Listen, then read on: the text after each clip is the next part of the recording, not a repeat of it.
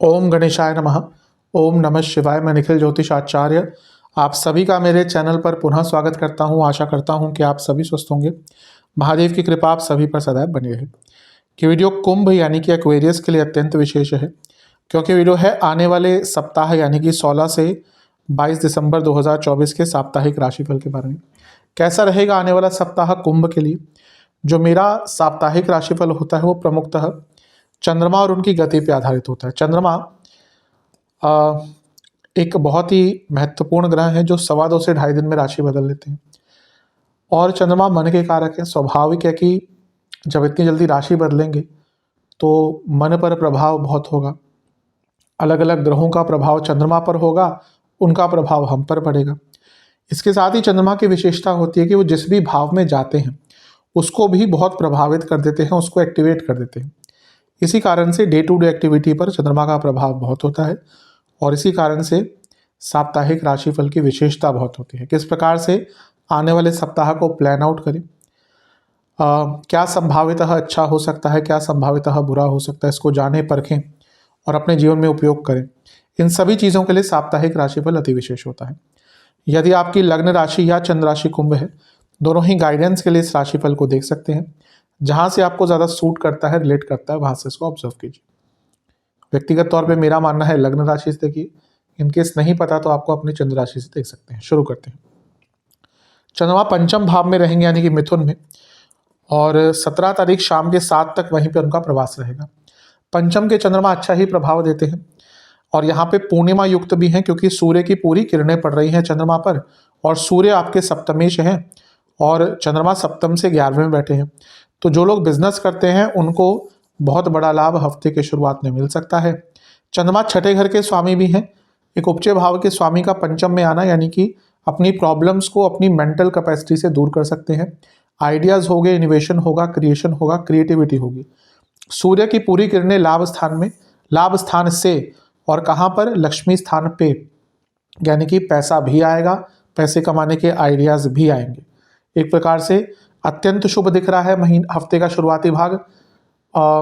Ideas के दम पर जीवन में आगे बढ़ेंगे। क्रिएटिविटी, नई सोच, इन सब चीज़ों के लिए अच्छा समय है। नवांश कुंडली कह रही है कि थोड़ा कंफर्ट जोन से निकलना पड़ेगा। दशांश कुंडली कार्य क्षेत्र में कुछ कंफ्यूजन है तो अपने सीनियर से एकदम बात कीजिएगा। बिजनेस में लाभ होगा, इच्छाएं पूरी होंगी, काम पूरे होंगे। लव लाइफ बहुत अच्छा समय है। एक आत्मीय तौर पर कनेक्शन अच्छा बनेगा। वैवाहिक जीवन थोड़ा कुछ हटकर करना पड़ेगा। चीज़ें सॉल्व नहीं हो पा रही, प्रॉब्लम सॉल्व नहीं हो पा रही, तो कुछ अलग कीजिए, प्रॉब्लम को सॉल्व कीजिए।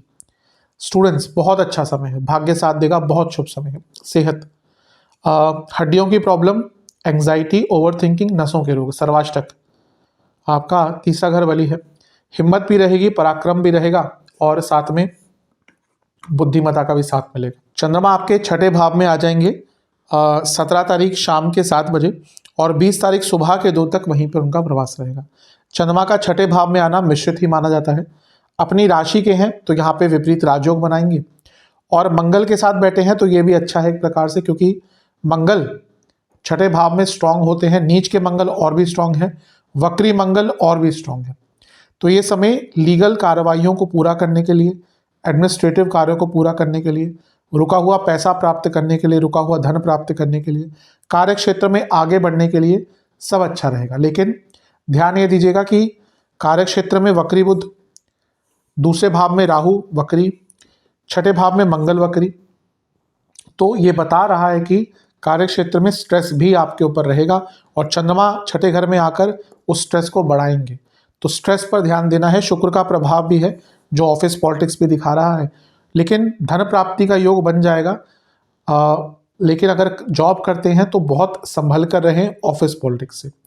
नवांश कुंडली, लोग जानबूझकर तंग करेंगे, प्रॉब्लम क्रिएट करेंगे आपके लिए। दशांश कुंडली, कार्य क्षेत्र में सब ठीक है, लेकिन एनिमीज, दुश्मनों से, अपने कलीग से बच के रहें। बिजनेस, खर्चा होगा लेकिन पैसा भी आएगा। लव लाइफ, जो प्रॉब्लम्स हैं मिलकर बैठिए, उनको सॉल्व कीजिए, उनसे भागिए मत।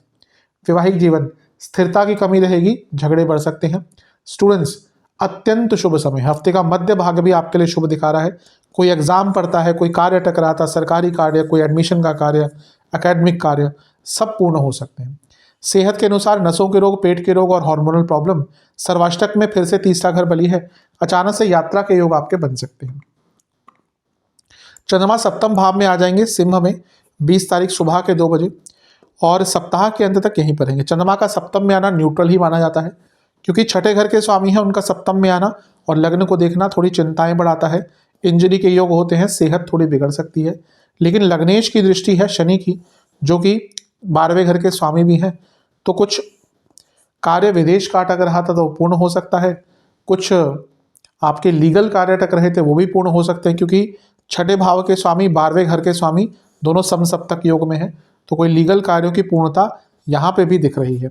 बस ये है कि शनि क्या है, शनि तो शनि है और शनि का प्रभाव सप्तम पर या फिर कहिए चंद्रमा पर विषतोष बनाता है, तो मैरिड लाइफ पर बुरा प्रभाव हो सकता है इसका थोड़ा सा, और आपकी इमेज पर भी थोड़ा सा बुरा प्रभाव हो सकता है। तो इन दोनों ही चीज़ों को ध्यान दें। खर्चे हफ्ते के अंतिम भाग में भी बढ़ते हुए दिख रहे हैं। जहाँ तक नवांश कुंडली की बात है, जो लोग जॉब करते हैं उनके लिए अचानक से प्रमोशन के योग बन सकते हैं, अगर इस टाइम पे उनका ये प्रोसेस चल रहा है तो। दशांश कुंडली कार्य क्षेत्र में थोड़ा सा अपने इमेज को लेकर, अपनी बातों को लेकर, बातचीत को लेकर, बॉडी लैंग्वेज को लेकर स्थिर रहिएगा, कॉन्शियस रहिएगा। बिजनेस में वैसे तो ठीक है, लेकिन भरोसा मत कीजिएगा, फ्रॉड होने के योग भी यहाँ पर बन जाते हैं। लव लाइफ की जहाँ तक बात है, अट्रैक्शन बहुत रहेगा, लेकिन बहस भी बहुत होगी। वैवाहिक जीवन में कई चीज़ों की अपूर्णता दिख रही है, कई बातों की अपूर्णता दिख रही है, और ये सारी चीज़ें मिलकर आपके दोनों के बीच में प्रॉब्लम क्रिएट करेंगी। जहाँ तक स्टूडेंट्स की बात है, हफ्ते का अंतिम भाग थोड़ा इमोशनल रहेगा, इमोशनली सेंसिटिव रहेगा। भाग्य का साथ अवश्य प्राप्त होगा, लेकिन इमोशंस के कंट्रोल ना होने के कारण दिक्कत आ सकती है। सेहत की जहाँ तक बात है, नसों के रोग, बॉडी में पेन, कॉन्स्टिपेशन आदि तंग कर सकता है। सर्वाष्टक में आपका नवम भाव बली है, बहुत अच्छी चीज़ है। भाग्य स्थान का बली होना यानी कि प्रॉब्लम्स आएंगी, लेकिन निवारण भी मिलेगा। उपाय के स्वरूप में आपको शनि चालीसा और हनुमान बाहुक एक एक बार पाठ करना है। आशा करता हूँ कि वीडियो काम आएगी। चैनल में नहीं सब्सक्राइब कीजिए, वीडियो को लाइक कीजिए। मिलता हूँ अगली वीडियो में, तब तक के लिए ओम नमः शिवाय।